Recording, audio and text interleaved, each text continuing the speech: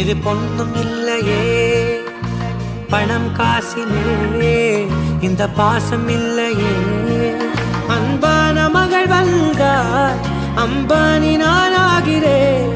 இந்த இன்ப மகாராஜ பெற்ற புது ரோஜ எலிசபெத் ராணியின் பேத்தியே தாயே தாயே மகளன வந்தாய் தந்தை சிந்தை நலமுற வந்தாய் நீயே நோக்கம் என்று ஆனாய் பெண்ணே என்னை ஆளும் தெய்வம் நீதான் கண்ணே பெற்றது நானா இல்லை உன் மகனே நானம்மா தாயே தாயே மகளனவள்